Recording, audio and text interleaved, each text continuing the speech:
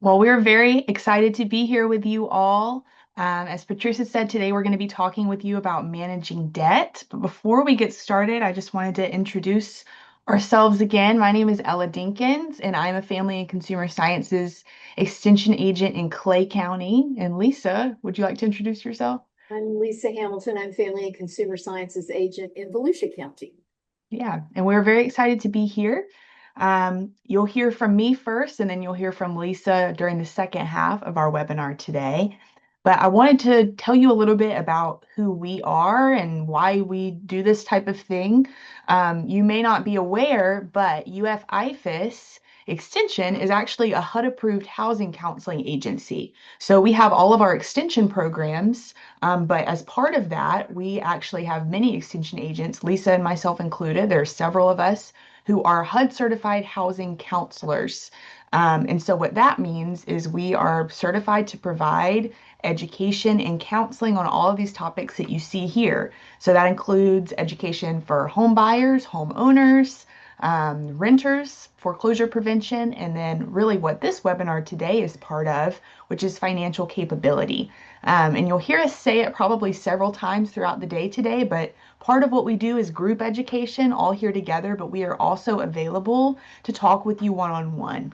And we do recognize that this topic, we welcome your questions here on this webinar, but we recognize that this may be something that you prefer to talk with someone about one-on-one, and we're available for that. We're also an equal opportunity institution. We do not discriminate against anyone for any reason. And this is our agenda for the day. So we're going to be starting off by talking about debt in the United States, and just setting the situation, giving you some statistics about that. We'll then talk about several different types of debt. That includes credit card debt. Then we will talk about medical debt, then student loans, and then we're going to give you some resources, mostly specific to Alachua County, but I know there are some of you who are on here who are from other places, and some of the resources we talk about are statewide. So, first of all, debt in the United States. So, we know that this is something that a lot of people in the US experience. This is a kind of a hot topic, and these are just some statistics about what the situation is here in the US. You'll see that the most common type of debt is mortgage debt, which a lot of the time some people refer to as like the good kind of debt. Most people cannot go out and just buy a house outright, right? Most of us, if you can, then please tell me your secrets. But most of us have to have a mortgage in order to be able to own a home. And so that does make up the largest portion of debt. But also things like auto loans. You'll see credit card debt is a pretty big chunk, and we're going to talk more about that in a few minutes. Student loans and medical debt. And we're going to touch on each of those things. But about 36% of US households carry medical debt. This is as of February 2025. 31 million Americans borrowed an estimated $74 billion for medical bills in 2024. So, medical debt is also a really big topic of conversation, and that's why we're specifically going to be talking about that later. Um, and also with medical debt, 12% of adult households in the US have medical debt in collections on their credit reports. So, this is a common thing for households in the US to carry debt. And if this is something that's a concern for you, then we are going to give you some tips on things that you can do to help manage some of that debt. So remember, the first thing we're going to talk about today is credit card debt. And there are several strategies that you can use to pay it off. And we're going to kind of go through each one of these over the next few slides. So first of all, we're going to talk about some do-it-yourself strategies, and then DIY with assistance. We're going to talk about professional debt consolidation, and then we're also going to briefly touch on bankruptcy. So first, DIY strategies. So there are things that you can absolutely do yourself without help that can be strategies to help you pay off some of your credit card debt. One of the most important things you can do is this one that's here at the top is get organized and stay on top of payments. And I know that a lot of the time that is easier said than done, but this can really help you when you're trying to pay off credit card debt. You don't want to add any more on top of that. So staying current on all of the payments that you currently have is the number one thing. I will say this third point here, automating your credit card payments can be one thing that is really effective to help you get organized and stay on top of those payments. When it's automatic, it's something that you don't have to think about and remember. That can be really helpful. Also, make sure that all of your charges are accurate. You should make sure that your credit report is accurate and check that regularly. But you should also check all of your credit card statements each month. Every time those come in, make sure all the charges came from you and make sure that there are no unnecessary charges on those statements. And then paying more than the minimum can have a huge impact. And we're going to talk about that in a couple of minutes even more. But that is a big strategy you can use to help you pay off credit card debt.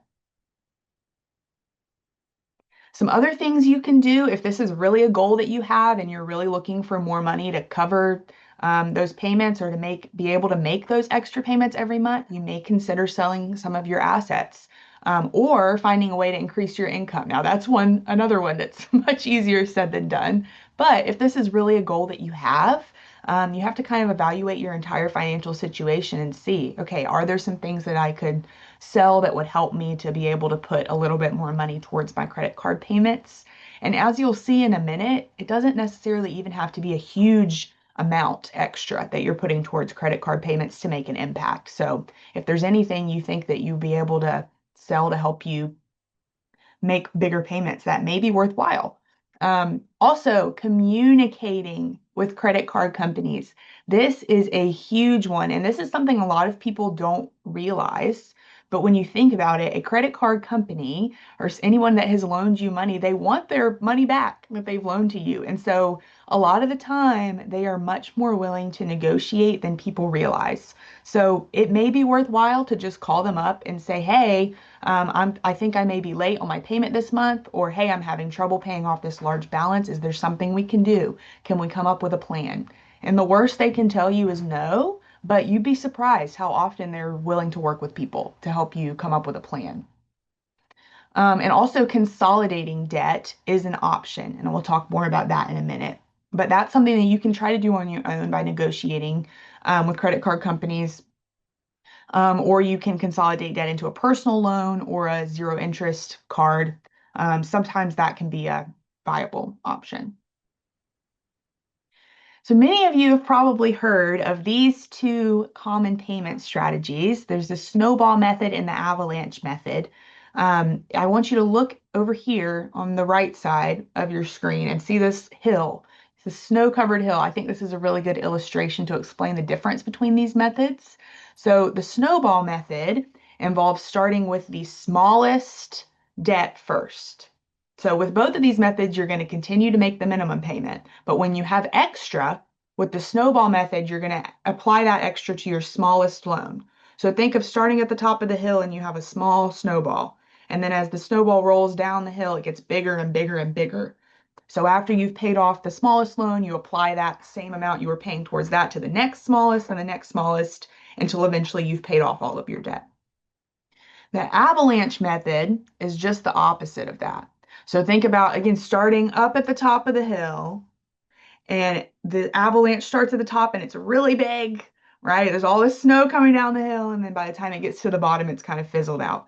And so that's the concept behind the avalanche method. In this method, you would start with the highest interest rate first.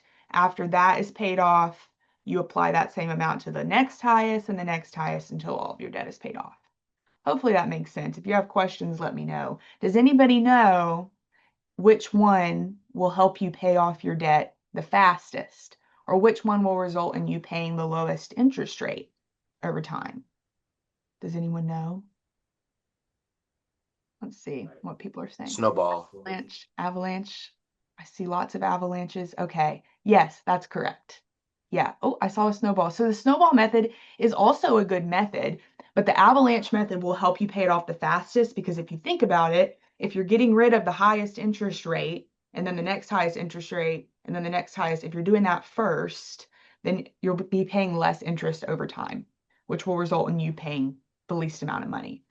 People have asked me before, well, then why would I ever want to do the snowball method? Well, sometimes you just need a boost. You need a little bit of motivation.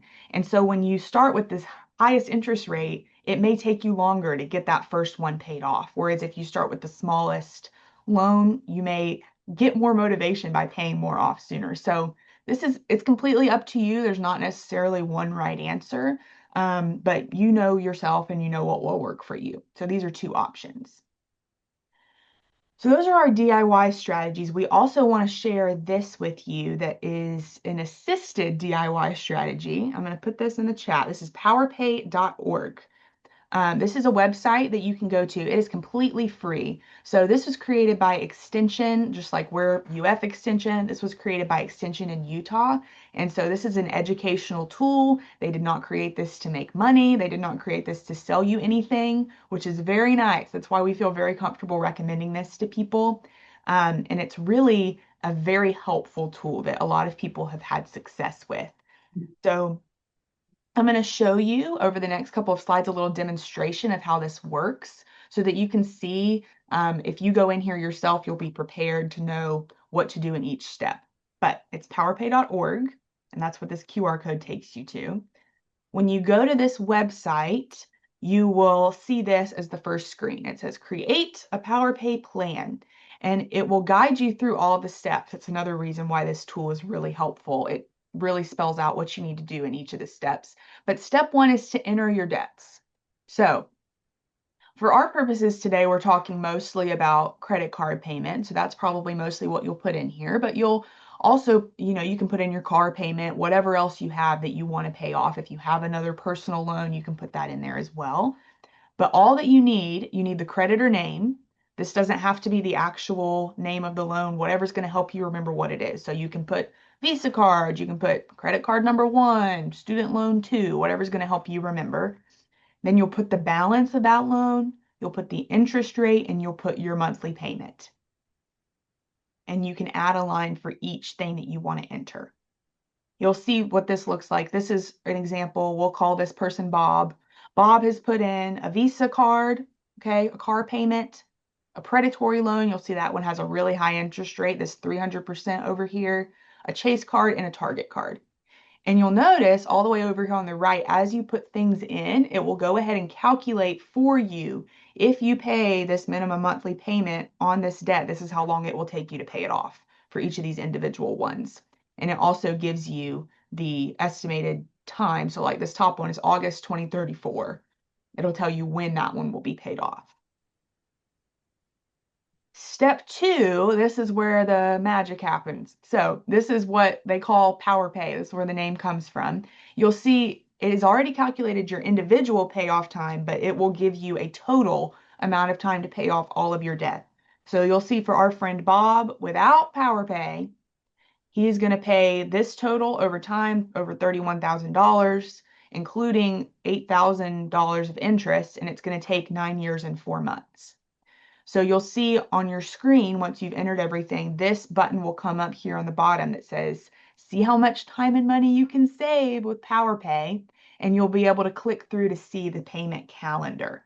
And that is going to look something like this. And this is where maybe before this was very discouraging because you just heard how long it's going to take you to pay off all of your debt. This is where the encouragement comes in a little bit because PowerPay shows you examples of different ways that you can pay off your debt. So it'll show you that snowball method we talked about earlier. You see where it says here, lowest balance first. That's the snowball method. You're starting at the bottom of the hill and you're rolling it up.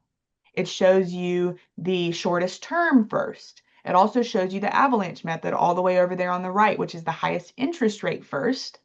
And for you, it will highlight which one is going to give you the most savings. So for example, you can see this avalanche method is going to give you the most savings. You'll see that you will save, if you use this method, $5,261, which is, for me, is really helpful. That's really encouraging. If I follow this plan, I could save that much money. And they also will give you an option to put in what's called a power payment. And that's just if you have extra money you're wanting to put towards your payments, you can put that in. So whether that's $10 a month, whether that's $100 a month, you can choose what loan you want it to go to, or you can have it calculate for you which one should I put it towards, what will save me the most. And the final result is it will actually give you a calendar for however long it's going to take you to pay that off. So it could be really large, you'll see this is just a piece of the calendar that our friend Bob would get from this. But this is really helpful. You can download it as an Excel file. You can print it out. I know for me, that's very helpful to actually have a visual. I can put it up somewhere where I can see, okay, this is what the payments I need to make every month, and I can see the end. So this is a really good tool. I hope that you will all at least look at it and see if this may be something that you want to use. Like I said, it's completely free and we like it because it's easy to understand, it's easy to use. You'll receive this presentation today, so if you want to look back through at these instructions, you can, but also if you get in there and you're like, I don't remember how to do this, let us know and we're happy to help you. But we really do believe it's a great tool and we've had lots of people who've had a lot of success with it. All right, a couple more things. So we've talked about DIY strategies to pay off credit card debt. We've talked about assisted DIY with PowerPay. And now this is some strategies to pay off with assistance. So you can use professional debt consolidation to be able to pay off your debt with assistance. And this is an option for some people. It's not right for everyone, but it can be very helpful depending on your situation. When you go to a professional debt consolidation company or a debt relief company, they will create for you a debt management plan. One thing I do want to note here, when you're looking for a company, if this is something you're interested in, you want to look for one that is a nonprofit organization. And also, if you need help identifying one, let us know. We can help you with that as well. But that's what you want to look for. They will create for you a debt management plan, which is a structured repayment program. It will help you to pay off unsecured debt. So this is things like credit cards, medical bills, personal loans. This does not include something like your mortgage, something like a car payment. That's secured debt. This only deals with unsecured debt. And usually the timeline that they create for you is about 3 to 5 years. So they'll help you lower your interest rates, consolidate payments, and give you a manageable plan. That's the purpose of this debt management plan. So as I said, this is not right for everybody. There are some limitations. So first of all, it does not forgive the principal balances. So you are still going to owe all of the debt that you owe before. You are just going to have a better plan to be able to pay it off. This will never forgive principal balances, unfortunately. However, it can still be a very valid method, especially for people who have a consistent source of income and are able to follow the plan that they create for you. This can be very helpful. It also may take time for creditors to adjust. The person who you're working with for debt consolidation, they will help you with that whole negotiation process we were talking about before, which is one benefit of this. But they're still working with each individual creditor, so it will probably take some time for them to make those adjustments. Again, it only includes unsecured debt, and not all creditors may participate. They don't have to. Like I said, many will. Many are very willing to negotiate, especially when you're working with one of these places, but they don't have to. And it will require you to close most of your credit accounts. Usually they let you keep one. They let you keep one credit card, but they make you close the rest. So who is this right for? It may be right for somebody that has a lot of unsecured debt. Remember, credit cards, medical bills, personal loans. It may be right if you are struggling with high interest rates. One thing that they can do is kind of help you negotiate those interest rates down. They can help you negotiate with your credit card company. So if you have a lot of high interest that's preventing you from being able to pay off your debt, this may be a good thing for you to try. Again, those who have stable income and you want to avoid bankruptcy, this debt management plan may be helpful for you. And those who need help with concessions, but you're motivated to follow a plan. So one of the really nice things, as I said before, is that this company will help you negotiate with creditors. If you're not somebody that feels comfortable calling up somebody and negotiating with them, you may just need a little bit of help and they can help you with that, which is really helpful for a lot of people. Okay, so this is the last, for this section, the last strategy we're going to talk about to pay off debt. And this is bankruptcy. Now, there's a reason we don't put this first, right? This is nobody's first choice, but it is a valid option. And it's, I think, a lot of the time not necessarily as scary as a lot of people think that it is. This does not mean that your life is over, that you will never be able to financially recover. There are some situations where this is the best option. I will go ahead and give my little disclaimer right here. We have one slide on bankruptcy. This is it. This is an overview. And as housing counselors, we are not allowed to tell you whether or not you should file bankruptcy, and we are not allowed to tell you what type of bankruptcy you should file. But we are here to tell you about what it is like and to tell you the differences between these two types of bankruptcy here. So that's what we're going to do here. There are two main types of bankruptcy. The first is Chapter 7, and then the second is Chapter 13.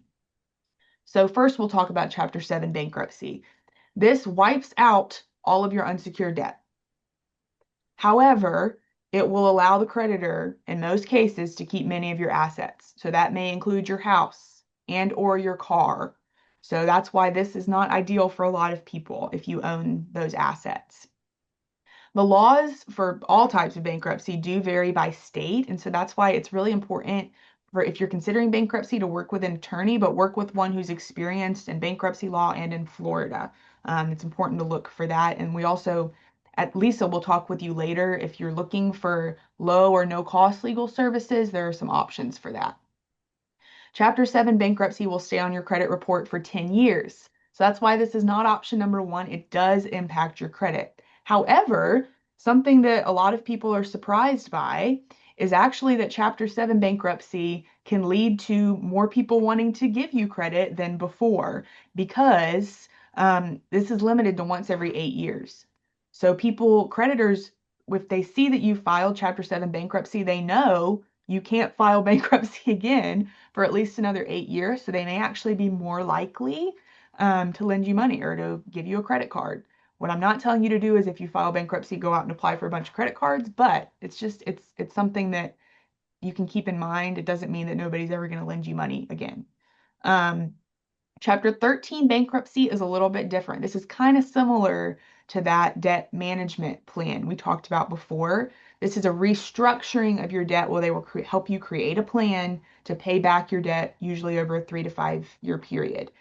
Some people prefer this type of bankruptcy because it can protect your assets, like your house or your car. It can also protect any co-signers you have on those assets.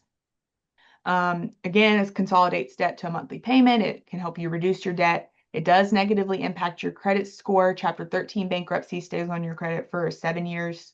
And it does not always include all debt, like student loans are not included in Chapter 13 bankruptcy. So we've given you an overview of some different ways to pay off credit card debt, that you have a lot of options. And if you want to, again, if you want to talk with somebody about what's best for you, we're happy to talk. But I'm going to turn it over to Lisa. She's going to start off by talking a little bit more about medical debt specifically. Thanks, Ella. If you have any questions, please feel free to put them in the chat for either one of us. I'm going to delve into specific kinds of debt, medical debt. I'm going to talk briefly about student loan debt too. Lisa, one question did come through before we move on. Does negotiating with credit card companies impact your credit score? Negotiating does not. I mean, to call up and ask questions and find out the options, that does not affect the score. Your score can be affected based on, what options you choose. If they lower the rate, or if they give you extended terms, that's not going to be reflected on your credit report, to my knowledge. Thank you. Good question. Next slide, Ella. All right, so we're going to talk about medical debt because there's special rules and legal protections around medical debt that we want you to know about. Before you pay a medical bill, or before you panic about having to pay a medical bill, there's some basic things that you should know. You have the right to request and receive an itemized bill, and that's a really good idea, especially if you've had a medical crisis and you've got a big bill and you're trying to figure out, what to do, how to pay it off, how to resolve it. You want to make sure that before you start paying or making a payment plan, you make sure that all of the charges are correct, that the insurance company has paid everything that they're going to pay. You want to check and see, are there any surprise out-of-network charges in the bill? There's a No Surprise Act that protects us as consumers, and those should be prohibited. You also want to make sure and take advantage of the Affordable Care Act provision that all 501c3 hospitals, private or publicly owned, must have assistance programs. And what we find is that many of us think our income is too high to access assistance programs, but there's a lot more assistance than many of us understand. And so it's always good before you make a payment to review the bill and then talk to the hospital or provider about any assistance programs. And you really want to ask about assistance programs even before you ask about a repayment plan. If you have the ability, many times you can negotiate a lump sum payoff. They'll reduce the bill if you're paying off by lump sum. If you're really running into problems, you can reach out to for legal aid assistance, and I've got some resources for that at the end of the presentation today. There are also appeals processes internally within the medical community, and then also external by filing a lawsuit or hiring an attorney to help you negotiate settlement.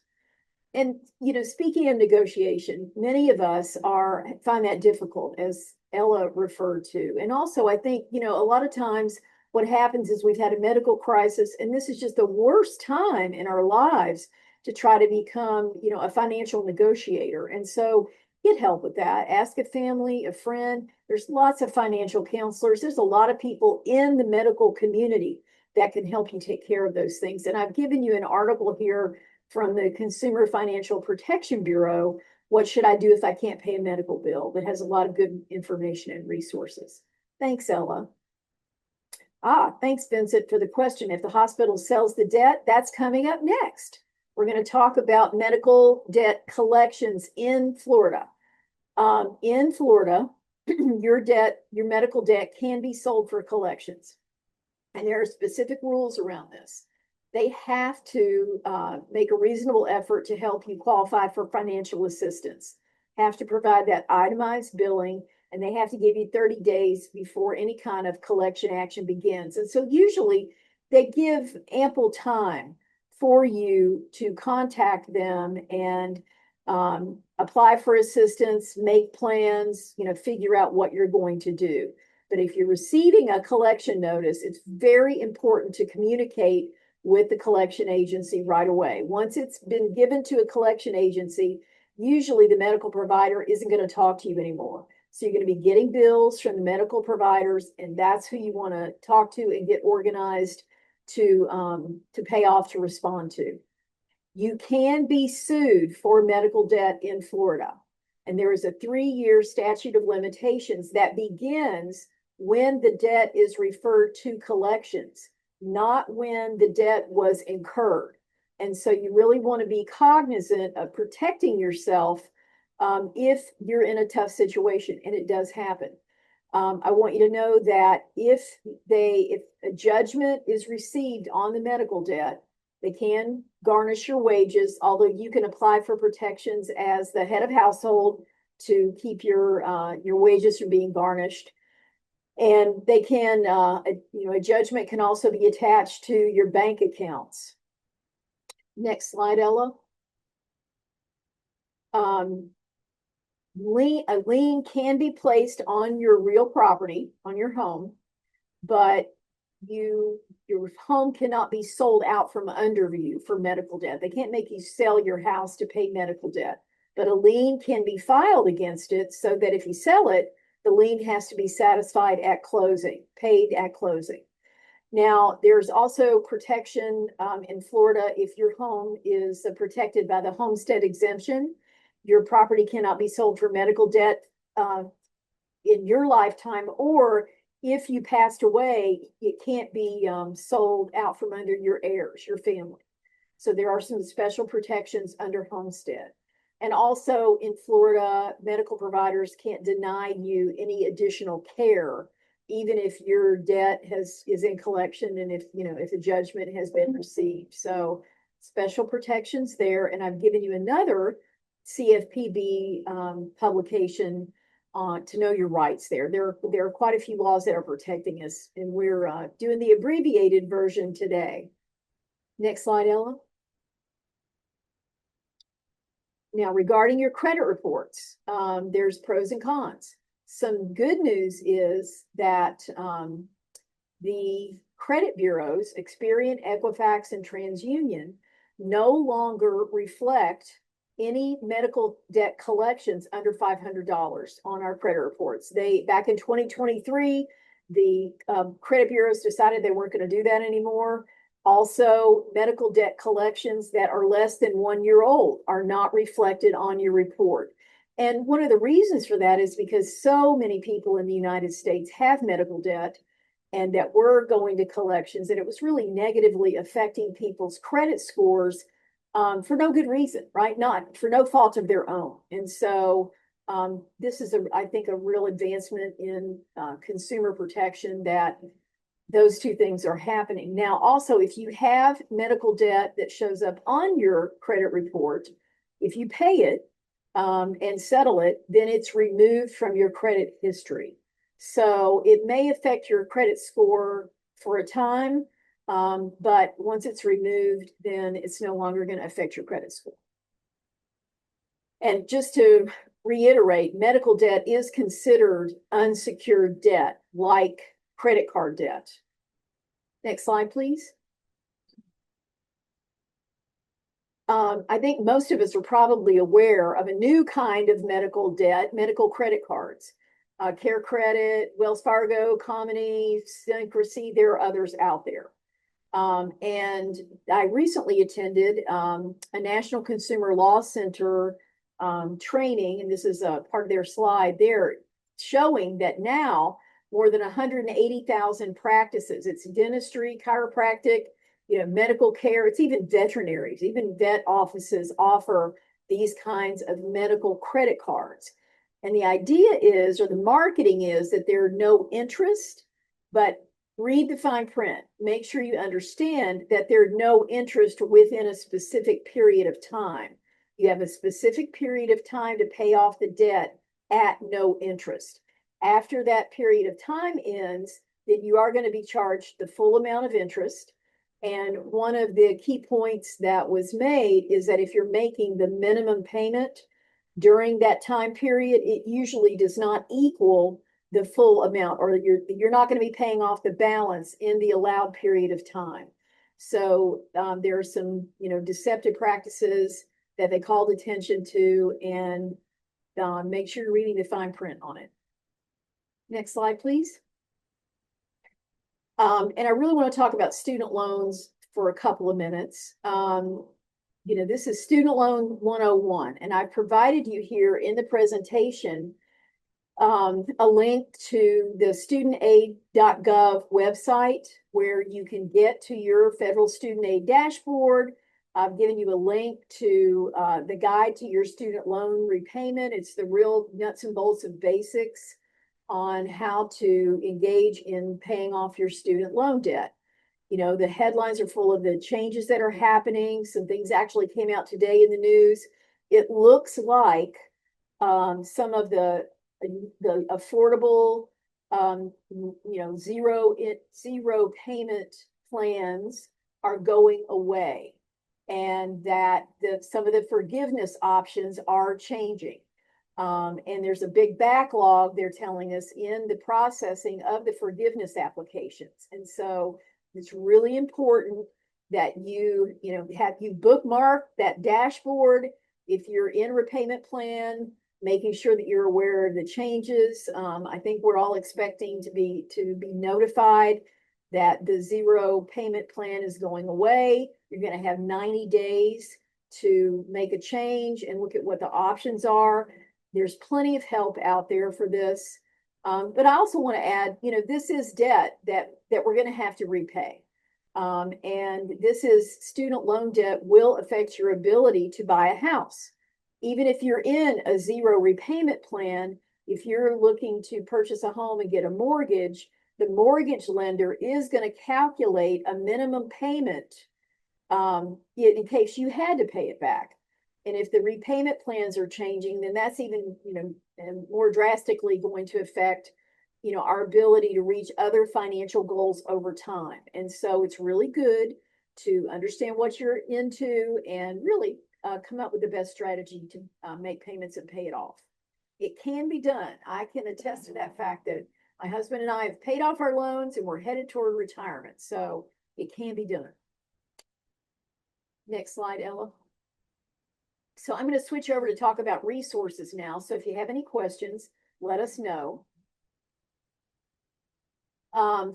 These resources are largely focused in the Alachua County area, as Ella said, but we have lots of resource information. We're happy to provide you with things that are specific to your area if you reach out to us. First of all, if you need help, ask for it. Help is limited, right? I've been doing this kind of work for a long time. We're in a very difficult time period. A lot of resources that we've relied on for years for rent, mortgage assistance, utilities, those kinds of things have become more limited. But, it doesn't mean you shouldn't ask and get help to get the assistance that you need. So rent, mortgage assistance, utility assistance, food pantries are out there, and then Medicaid, temporary cash assistance for families, and legal assistance. And Jessica, I see your question, so I'll circle back to you in just a minute. Some of the primary resources that are out there, United Way of North Central Florida covers Alachua County and surrounding areas. 211 is their free, confidential, 24/7 helpline to connect you to local, resources locally available, food, housing, cash assistance, utility assistance, crisis support, all kinds of things. It is the Human Services Helpline. And that phone number, 211, is a free call, really anywhere you are in the United States. It'll connect you to someone that can help you with information. And they, because it's through United Way, they work to keep that updated. And I think that is the source of the most updated human services help all over the country, really. So 211 is your first call. Then the Florida Department of Children and Families has specific programs. And I put the link to the My Access website, because if you're applying for SNAP benefits, Medicaid, temporary assistance for families, that's where you're going to start, is this website. Next slide, please. Alachua County has a social service division, and they do provide case management. They have some emergency financial assistance programs. They also have, health and wellness. They have, and they also have information about different housing options. I did contact them yesterday. They are currently not accepting applications for rental and mortgage assistance, but you can call up, get a person, and get information at least about when help would be available through this option. Next slide. Also, all over the state, really, but in Gainesville area, Catholic Charities is one of the largest operating charity organizations also across the state and really the United States. So I've given you the Gainesville Help webpage as well as the Gainesville Regional Office. They have, they do case management with families. They have families, they have the Bridges to Prosperity program. They help with different things depending on where you are. There is emergency financial assistance. Their goal is to prevent homelessness. So they have to qualify, for the way their program is operating. But they do a lot of help in the community, and they are very reliable. They're there, so you can contact someone and find out. Next slide, please. The last one here on the helping slides. Three Rivers Legal Aid is in the Alachua County area, Tri-County area there, and then also Florida Legal Services is a statewide program. Now, Florida Legal is focusing mainly on eviction prevention and housing related issues, fair housing and other things. Three Rivers has a larger list of help available legal services available. And it's best to call them up, go through their triage system, and find out if they can help you. And there are other legal aid organizations throughout the state that we can provide the information on. Next slide, please, Ella. We have a free money management calendar. We have paper copies that we can mail to you. We have a digital copy. And I think Ella is going to put the link to the digital copy in the chat. Thank you, Ella. There it is. This is through University of Florida IFAS Extension. And I'm really excited to share, we actually have an app that's under development coming out probably next year. That can be used, it's free and accessible to everyone. This is a very good tool to get yourself organized so you can, even with PowerPay, figure out how much money you have to put toward debt. Next slide. Ella and Pam Hughes and I are teaching a virtual financial well-being series, and we do it on the first Tuesday of the month. We do 2 sessions, a lunch and learn session, and then we do an evening session at 6:30. This is free. We're teaching how to boost your credit in June, how to manage debt. We're going to delve into that again. And then we've put together how to start investing, pulling in lots of resources, to help people manage their money better. Please join us if you're interested. Next slide. And this is our last slide, which is our survey. If you have a moment to please take our survey on whether you learned something on this program, we greatly appreciate that. And thanks, Ella, again, for putting those links in the chat.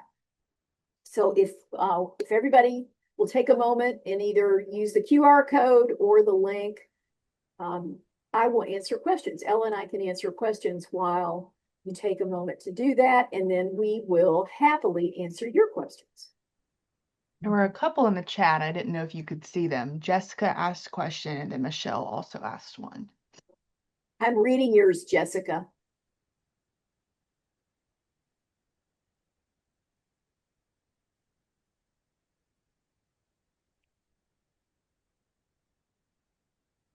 Wow. Okay, so this is Jessica's sharing that a friend had a judgment against the property she was not aware of, and it was initially like $1,000 in credit card debt, and with fees and interest and things, it's up to around $10,000.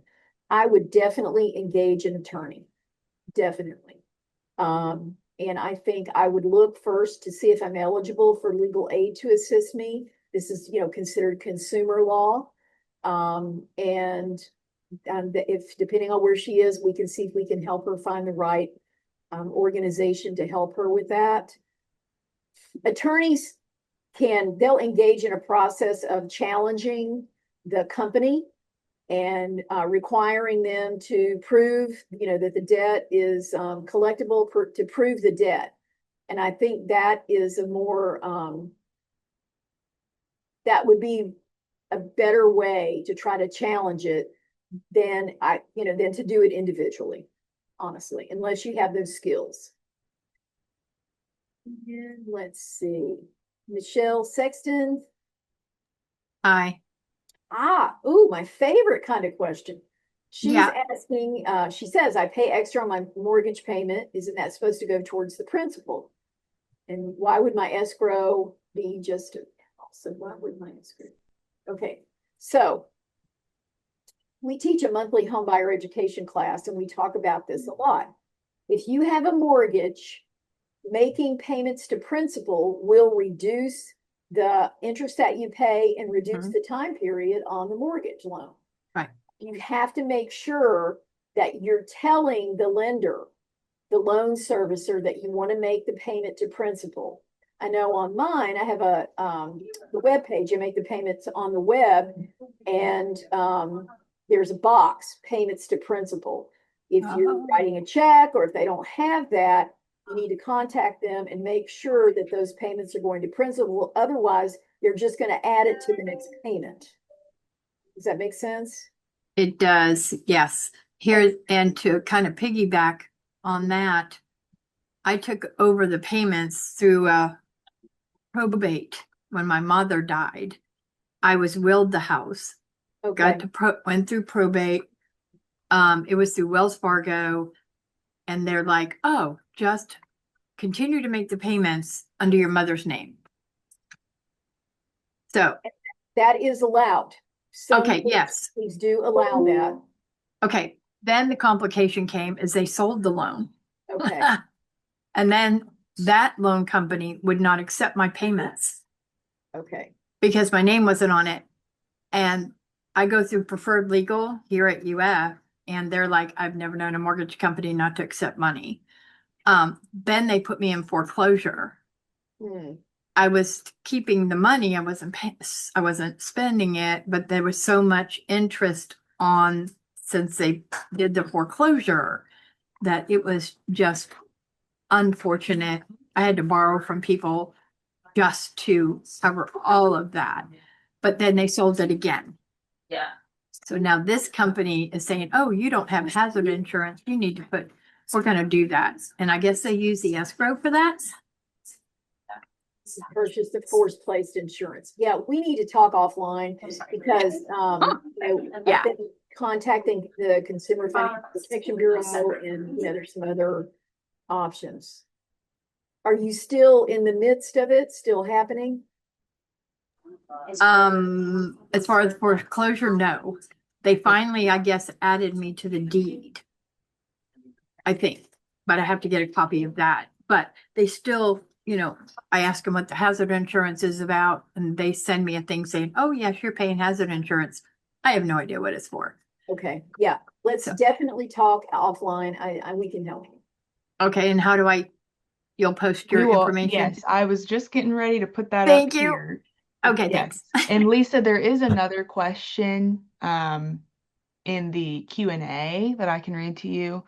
It says if it's about medical debt. If medical debt is sold from a medical facility to a collection agency to another collection agency, does that reset the 3 years for each collection agency that you were talking about?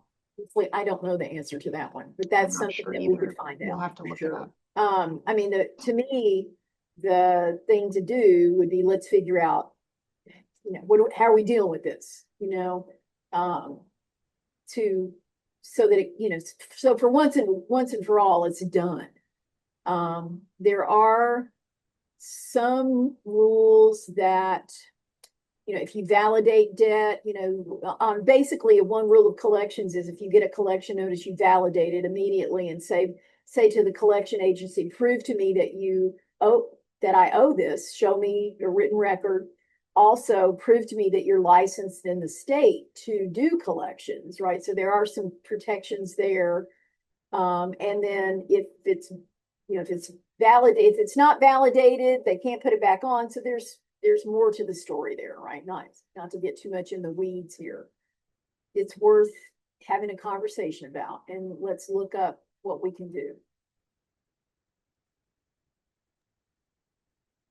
Did you see Kate's message that the slides are not showing up in the money? Yes, and it was resolved. If the money management, if it's showing up as blank when you click on that link, you may have to download it first. Okay. We've had that issue.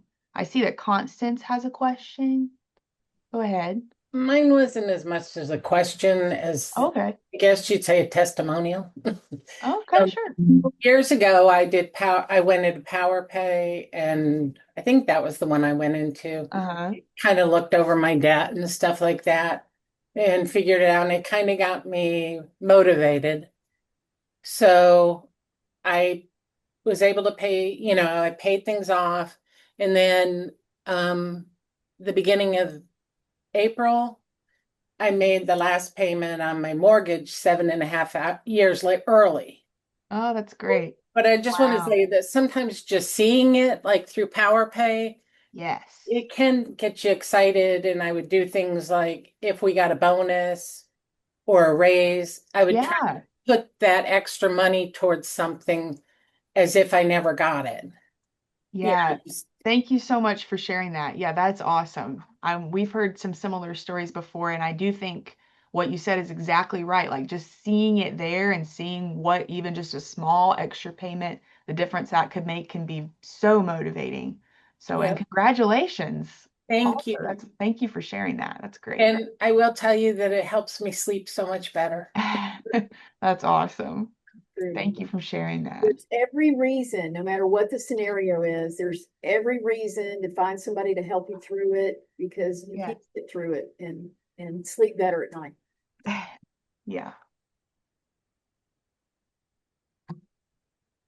I see lots of thank yous from everyone. Well, we thank all of you for your time today. We're still here if you have any other questions, but this is our contact information, and you'll also, as Patricia said at the beginning, you'll get these slides, and then will also be a recording of this presentation that's available to you. So I know it was a lot, so you'll have the slides to review if you want to go back through and look at anything.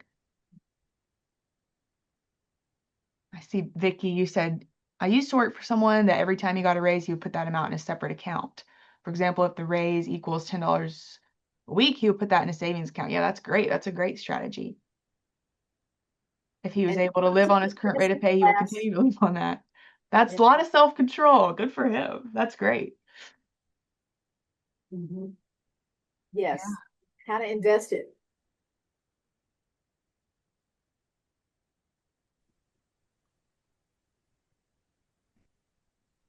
Let's see, Mindy's asking Mindy. about IRS debt.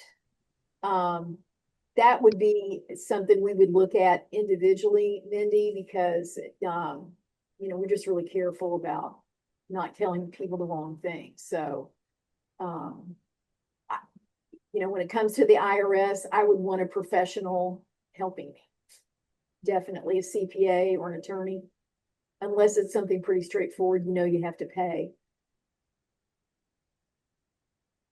Yes.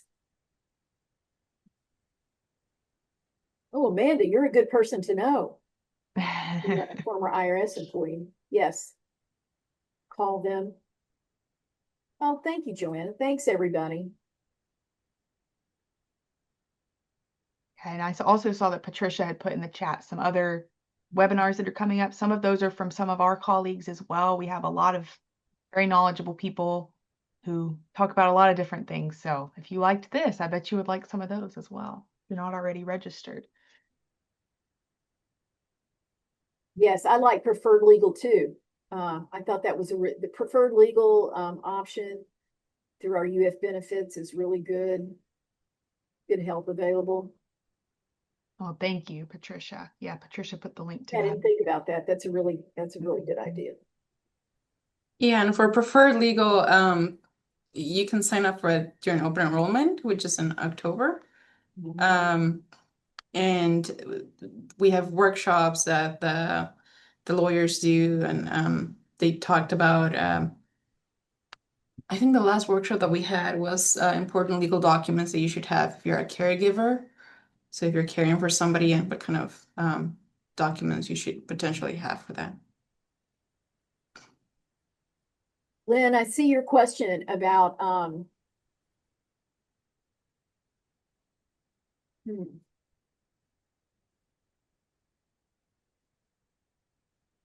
That's another one I would want to look up, Lynn. I'd be happy, Ellen, we can definitely look it up. There's several different protections are under different laws and different acts. And so you have to find the one that it belongs to. And I'd rather do that on a case by case basis.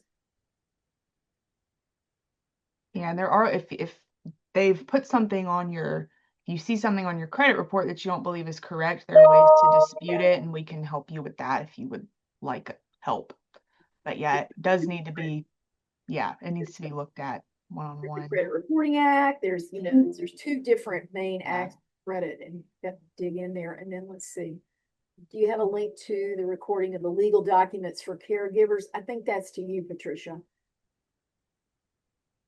Yep, and she put it. Yep. Oh, She's good. She put it in there. oh, man, you are She's quick. fast. Oh, okay, Lynn, we see your comment. Thank you.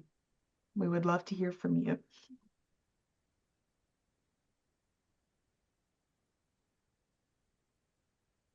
Oh, thanks, Constance. That is really good to know, because I'm retirement is in my nearer future, so yes.